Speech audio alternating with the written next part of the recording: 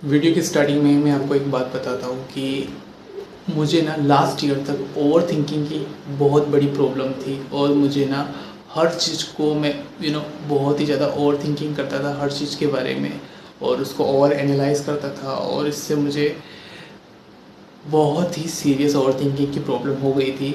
और ये like last year नहीं थी, मतलब उससे पहले 3-4 साल से थी और ये मतलब धीरे धीरे बढ़कर बहुत बढ़ती जा रही थी।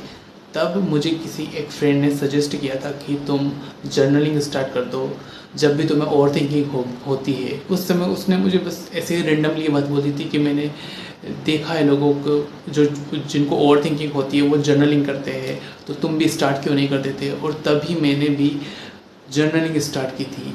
बात है 2025 दिसंबर की, जब मैंने जर्नलिंग स्टार्ट की थी। इस कॉपी में मैंने जर्नलिंग स्टार्ट की थी एंड ये अभी पूरी भरा चुकी है।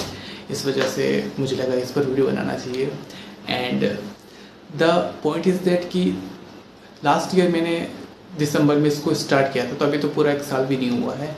एंड इतने कुछ मंथ में ही और this time it changed me a lot.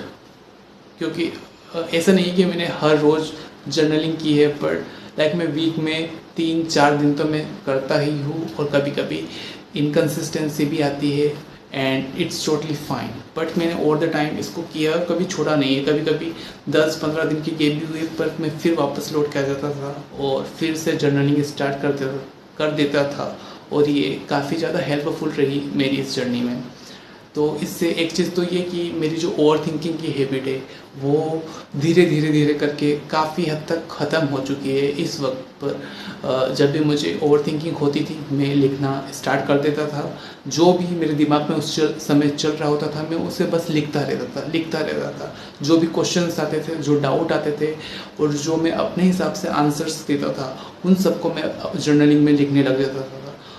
धीरे धीरे यही सारी चीज़ें मैं अपने दिन के बारे में लिखने लगा। और जब मेरी ओवर थिंकिंग कम होने लगी तो मैं उन चीज़ों के बारे में लिखने लगा जो मैं करना चाहता हूँ, जिन चीज़ों को मैं करना पसंद करता हूँ और जिन चीज़ों को करने में मुझे सच में मुझे खुशी महसूस होती है, उन सारी चीज़ों को करने के बारे में भी मैं इसमें लिखने लगा। और इवेंचुअली वो भी मैं धीरे धीरे करने लग गया। इससे मुझे एक चीज़ ये रियलाइज़ हुई कि जो मैं जिन प्रॉब्लम्स को मैं बहुत बड़ी और बहुत कॉम्प्लेक्स समझता था, वो एक्चुअली इतनी बड़ी कॉम्प्लेक्स प्रॉब्लम्स वो होती नहीं थी।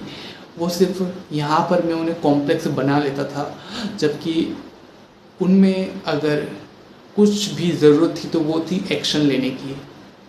अगर मैं उनको वहीं पे एक्शन ले लेता था तो वो प्रॉब्लम कभी भी इतनी बड़ी नहीं बनती, मैं उनके बारे में इतना ओवर थिंकिंग नहीं करता और वो इतना कभी भी मेरी लाइफ में कॉम्प्लेक्स क्रिएट नहीं करती। सो यही एक तो ये चीज़ मेरी लाइफ में इसने ओवर द टाइम चेंज किया है कि ओवर थिंकिंग मैंने लाइक काफ़ी कम हो गई है मेरी अभी इस फिलहाल टाइम पर। एंड एक और चीज़ ये है कि आपको ना क्लियरिटी आने लगती है। जब मैं ये नहीं बोल रहा हूँ कि जर्नलिंग करने से कुछ मैजिक हो जाएगा, और डेफिनेटली कुछ मैजिक वगैरह नहीं होगा। This is like complete, you need to know that कि कुछ भी चमत्कार नहीं होता। But the thing is that you become more clear when you start writing. You become more clear about your thoughts. तुम उन्हें समझने लग जाते हो कि हाँ कहाँ पर किस चीज़ की ज़रूरत है, क्या मैं यहाँ पर ओवर एनालाइज तो नहीं कर रहा हूँ, क्या यहाँ पे मैं ओवर थिंकिंग तो नहीं कर रहा हूँ, मुझे कहाँ पर रुक जाना है। मैं अपने ही लिए एक बाउंड्री क्रिएट कर पाता हूँ कि मुझे इस चीज़ को यहीं पे छोड़ देना है और अब आगे बढ़ना है। That thing which is very important. तो उसके लिए भी जर्नलिंग बहुत ही हेल्पफुल होती है और बहुत आपकी लाइफ में काम आएगी। अगर आप भी स्टार्ट करना चाहें तो आप कर सकते हो। ऑब्वियसली मैं तो रिकमेंड करूँगा सबको, अगर जो भी जिनको ओवर थिंकिंग की प्रॉब्लम हो रही है वो तो प्लीज़ जर्नलिंग स्टार्ट कर दे, और जिनको प्रॉब्लम नहीं है वो भी जर्नलिंग करें। मैं नहीं ये बोल रहा हूँ कि रोज़ करना है, लेकिन वीक में अगर आप 2-3 बार भी कर लेते हैं तो it will change your thought processing. It will give you more clarity about your life. And that's it.